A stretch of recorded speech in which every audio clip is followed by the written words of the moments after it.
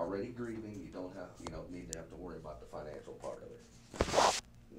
Now, final expense coverage, what that does, that pays within 48 hours. So, yes, so this is actually the first money that your family sees. Now, you choose a beneficiary of who you want the money to go to, which it sounds like it might be your husband, or maybe a child or friend. And what we do is we send out a funeral planning guide. You could actually sit there with your beneficiary and fill out your complete funeral with them. And what I suggest is to make copies of a policy and give it to your beneficiary so they know what you have and what you want. And that, because I've seen families come to blows when something like this happens. Because mom or the wife did wonderful things for her. She made sure we had the best of everything while she was alive. She needs the best, now that she passed.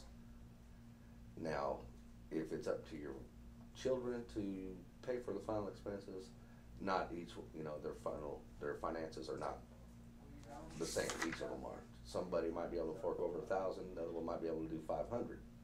So it really causes more strain on the family in that. And if you've ever dealt with a funeral in the past, the funeral homes, they don't want to wait for the money. They want the money up front. And that because they're providing a service, which is, what they're there for. All right. Now, I know you've answered the first section of questions with Kimberly. Now I'm going to ask you some more, and this is going to apply to both of you and your spouse, okay?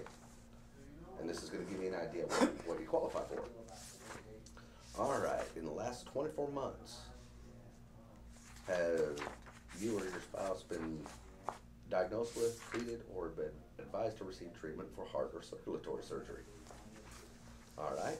A heart attack or congestive heart failure, cardiomyopathy, stroke, TIA, aneurysm, or brain tumor. All right. Insulin shock, poorly controlled or uncontrolled blood sugar levels, a diabetic coma, or amputation due to the complication of diabetes. All right. How about in the last 3 years, has anybody been diagnosed with or treated for cancer? All right. In the last 12 months, has anybody received treatment for or been advised to receive treatment for alcohol or drug abuse? Outstanding.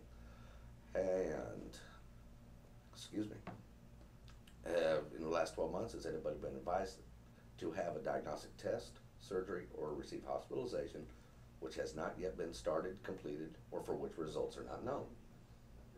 All right. Now, in the past 2 years, no, that's all right. Now, in the past 2 years, has anybody been diagnosed with, prescribed medication for, or been advised to have treatment for Parkinson's or SLE? All right. Cirrhosis of the liver, chronic hepatitis, or other liver disorder. All right. If you haven't been diagnosed with it or received treatment for it, we're looking good then. How's that sound? And then, how about kidney or renal failure? All right. What about chronic obstructive pulmonary disease, which is COPD or emphysema? All right. Outstanding. So far, we're looking good, okay? And that, what do we, this is the big question. How tall are you? 5'5", I think. Oh, if you're 5'5.5", we'll round it up to 5'6". How's that sound? All right. And how much do you weigh? I know. How much? Hello? Hello? Yes, I'm here. I don't know what. 225? Okay.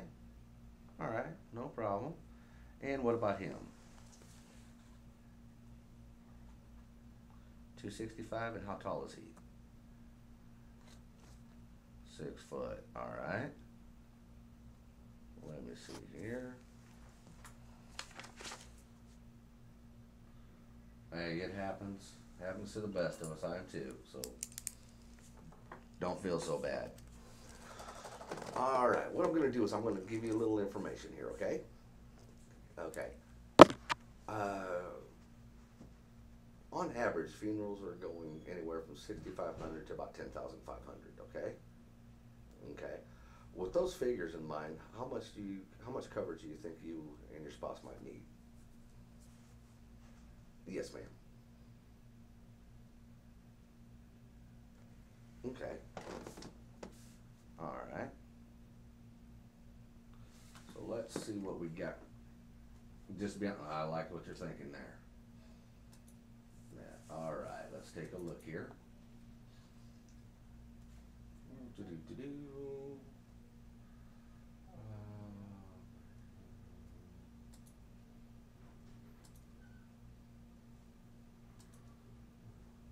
You are 56 years old.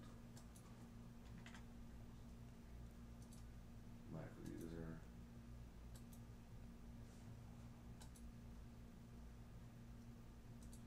What I'm doing, I'm running some figures here, okay? Okay. Now what I'm gonna do is I am gonna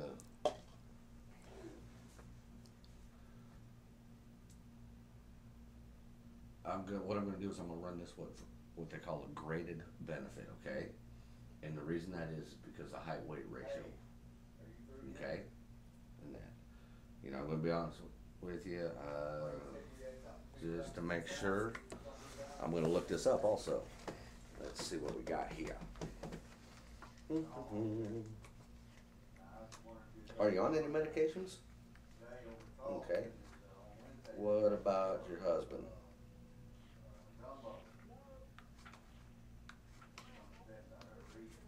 Been a long time, huh? I'm there with you.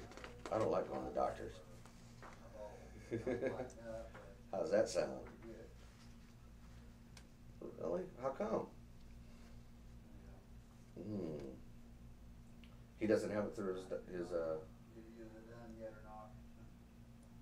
okay. All right.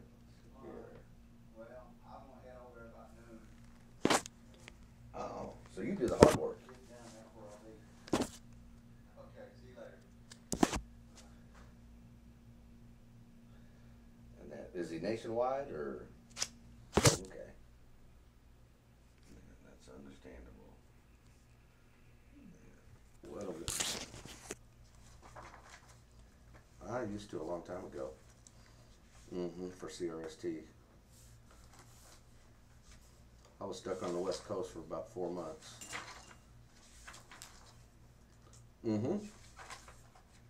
Yep.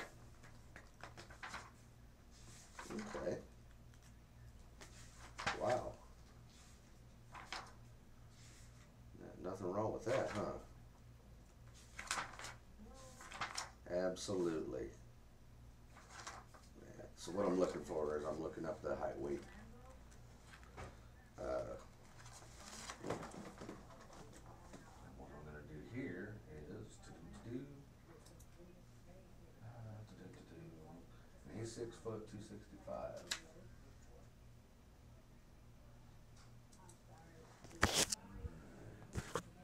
53 years old, non-tobacco, male. Oh, geez. Let's see, one more thing here. That's right, okay.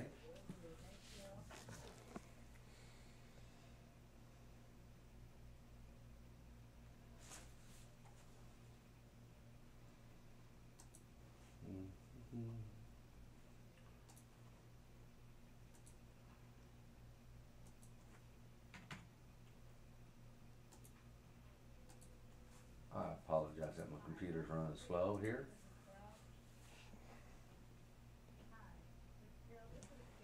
Okay. All right. Now with what we got going on here, okay?